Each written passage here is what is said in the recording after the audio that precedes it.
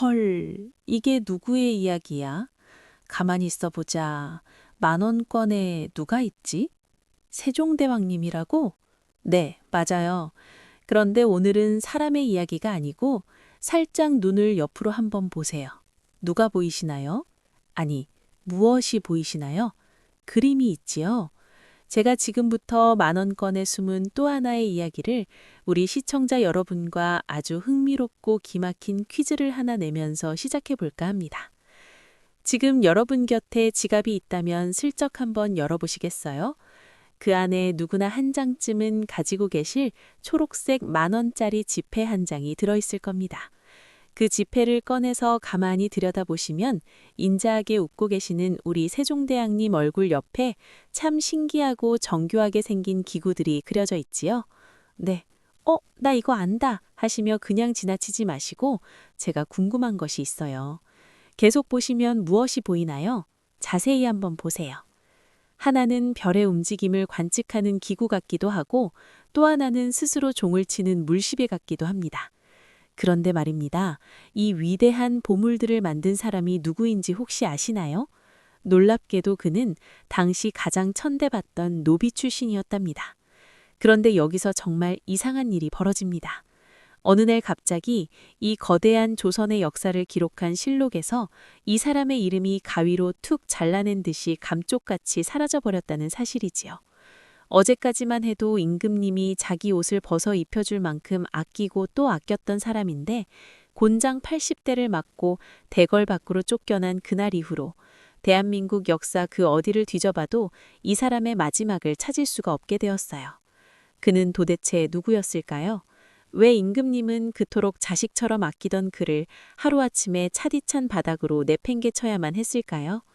오늘 그 기가 막히고 이해하기 어려운 가슴 절절한 비밀의 문을 저와 함께 아주 천천히 자잔하게 하나씩 열어보시겠어요?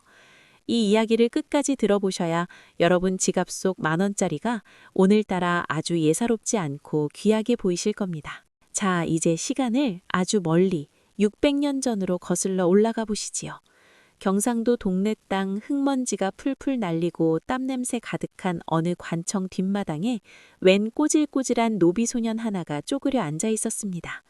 신부는 노비요, 처지는 겨울엔 발가락이 시리고 여름엔 배가 꺼져 허리가 휘던 밑바닥 천하디 천한 인생이었지만 그 눈빛만은 밤하늘의 별처럼 초롱초롱했던 이 소년의 이름이 바로 영실이었어요. 그런데 이 친구가 주변 사람들 보기엔 참으로 옹뚱해 보였답니다. 남들은 쉴 때 잠이라도 한숨 자거나 밥 한 술 더 얻어먹으려 여기저기 기웃거리는데 이 영실이는 땅바닥에 꼬챙이로 해의 그림자를 그리거나 고개를 이리척 저리척 또는 앞으로 무엇이 그리 궁금한지 갸우뚱갸우뚱하며 삐걱거리는 고장난 물레방아를 하루 종일 뚫어지게 쳐다보곤 했거든요. 아유, 우리 식구분들, 인생 길게 살다 보면 그런 적 한두 번쯤은 있으셨을 거예요. 남들 다 하는 대로 평범하게 안 하고 자기가 좋아하는 거 하나에 푹 빠져 있으면 주변에서 너 참 특이하다. 그게 밥 먹여주냐? 노비가 그런 거 있어 뭐하냐 하는 비웃음 섞인 소리 한두 번쯤은 들어보셨을 거잖아요. 우리 영실이 형님도 그랬답니다. 어른들에게 대우는커녕 비웃음만 사기 일쑤였지요. 하지만 그 옹뚱함이 남들이 몰라주던 그 자잘한 노력이 결국엔 기적을 만들었어요. 지독한 가뭄이 들어 논바닥이 쩍쩍 갈라지고 백성들이 발을 동동 구르며 울부짖을 때 영실이가 뚝딱뚝딱 만든 기계가 저 밑에 있는 물을 콸콸 끌어올리자 마을 사람들이 입을 다물지 못했거든요. 아니, 저 노비 녀석이 진짜 큰일을 해냈네? 이 소문이 꼬리에 꼬리를 물고 담벼락을 넘어 저 멀리 한양 땅 구중궁궐 깊은 곳에 세종대왕님의 귀에까지 닿은 것이랍니다. 노비가 만든 기계가 나라를 살렸다는 소식이 임금님 귀에 들어갔으니 이게 얼마나 천지가 개벽할 일이었겠어요. 세종대왕님은 참으로 그릇이 크고 따뜻한 분이었지요. 재주가 있다면 신분이 무슨 상관이냐. 당장 그를 한양으로 불러들여라. 이 한마디에 영실이의 인생은 180도 뒤집어졌습니다. 지금으로 치면 동네 작은 전업사에서 일하던 청년이 어느 날 갑자기 한낱 노비로서 백악관으로도 갈 수 있고 머나먼 명나라 유학길 가는 세계를 누리는 호강을 누리며 미국 백악관 핵심 연구원으로 특별 채용된 거나 다름없는 일이었으니까요.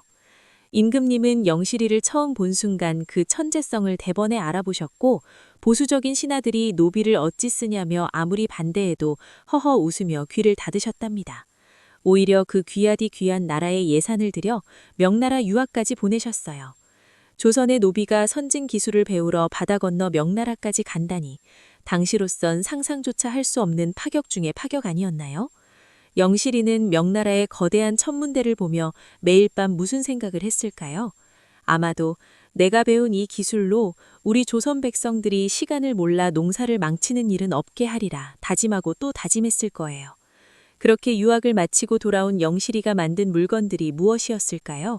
제가 아까 말씀드린 만원권 지폐 속 그 기계들, 자경로와 혼천이가 바로 이때 탄생했답니다. 노비 출신이 지금의 장관급 자리인 정일품 자리까지 올랐으니 이제 정말 행복할 일만 남은 줄 알았는데 인생이란 게 참 만만치는 않다고 하면서도 때로는 참 얄궂은 법이라고 생각되곤 해요. 이제 영실이의 인생은 탄탄대로인 줄로만 알았는데 드디어 그 가슴 아프고 미스터리한 사건, 아녀 이야기를 가지고 같이 동행하며 생각도 함께 나눠보세요. 제가 조금 전에 아녀라고 말씀드렸지요. 그 아녀가 뭐라고 말씀드렸나요? 기억나시나요? 네, 맞습니다. 임금님이 타시는 최고의 가마를 바로 아녀라고 불렀지요. 세종대왕님이 몸이 편치 않아 온천에 가실 때 조금이라도 편안히 모시려고 영실이가 밤을 새워가며 온 정성을 다해 만든 가마였습니다. 그런데 이게 웬 날벼락인가요? 임금님이 타시기도 전에 이 튼튼해야 할 아녀가 길 한복판에서 쩍 하고 부서져 버린 겁니다. 임금의 안위를 책임져야 할 가마가 부서졌으니 이건 당시 법으로 다스리면 목숨을 부지하기 어려운 대죄였거든요. 평소 영실이를 근본 없는 놈이라며 시기하고 질투하던 신하들이 이때다 싶어 떼거리로 몰려와 소리를 질렀습니다. 장영실을 당장 처형해서 법의 엄중함을 보여야 한다. 세종대왕님도 마음이 얼마나 갈기갈기 찢어지셨을까요? 결국 임금님은 신하들의 등살에 못 이겨 영실이에게 곤장 80대를 치고 궁 밖으로 쫓겨나게 되었지요. 그런데 여러분, 여기서 한번 생각해 보세요. 세종대왕님이 정말 영실이를 버린 걸까요? 박사인 제 생각은 조금 다릅니다. 사실 임금님은 영실이를 살리고 싶으셨던 거 아닐까요? 그 순진한 영실이는 궁궐 안의 그 무서운 정치 싸움과 칼날들로부터 이길 수 없으니 정말 이 땅에서 이슬이 되어 없어지지는 않을까 걱정이 드셔서 영실이를 지키기 위해 일부러 매를 쳐서 아무도 모르는 먼 시골로 숨겨주신 건 아닐까요? 영실아, 이제 무거운 짐은 다 내려놓고 평안하게 네 인생을 살아라 하는 마음으로 말이지요. 그래서 영실이는 그 뒤로 이름 없는 평민으로 살아가며 우리 주변 어딘가에서 별을 보며 웃고 있었을지도 모릅니다. 오늘 춥고 배고픈 옹뚱보 소년에서 조선의 별이 된 장영실 형님 이야기 이렇게 자잔하게 느려보니 어떠셨나요? 이야기에 푹 젖어드느라 시간 가는 줄 모르셨지요? 우리 인생도 가끔 내가 정성껏 만든 가마가 부서지는 것처럼 속상하고 아픈 날이 오곤 합니다. 하지만 여러분, 절대로 낙담하지 마세요. 기록되지 않아도 여러분이 세상에 남긴 그 자체로도 진심은 누군가의 가슴 속에 혹은 저 만원권 지폐 속에 영원히 살아있을 테니까요. 오늘 이야기가 조금이라도 마음의 위로가 되셨다면 아래에 좋아요 한번 꾹 눌러주시고 장영실 형님에게 전하고 싶은 말이나 여러분의 생각을 댓글로 야들야들하게 남겨주세요. 여러분의 응원이 저에게는 큰 힘이 된답니다. 오늘 하루도 이 빡빡한 세상 사느라 정말 고생 많으셨지요? 여러분 한 분 한 분이 세종대왕님이 아끼던 장영실만큼이나 소중하고 위대한 분들이십니다. 이제 무거운 걱정들은 저 대궐 밖에 다 던져버리시고 임금님의 가마 아녀에 앉으신 것처럼 내일은 오늘보다 더 평안하고 좋은 하루 되시길 진심으로 빌겠어요. 저는 내일은 여러분의 귀를 다시 한번 기쁘고 즐겁게 적셔줄 또 다른 전설 보따리 들고 찾아오겠습니다. 평안한 하루 되세요. 감사합니다.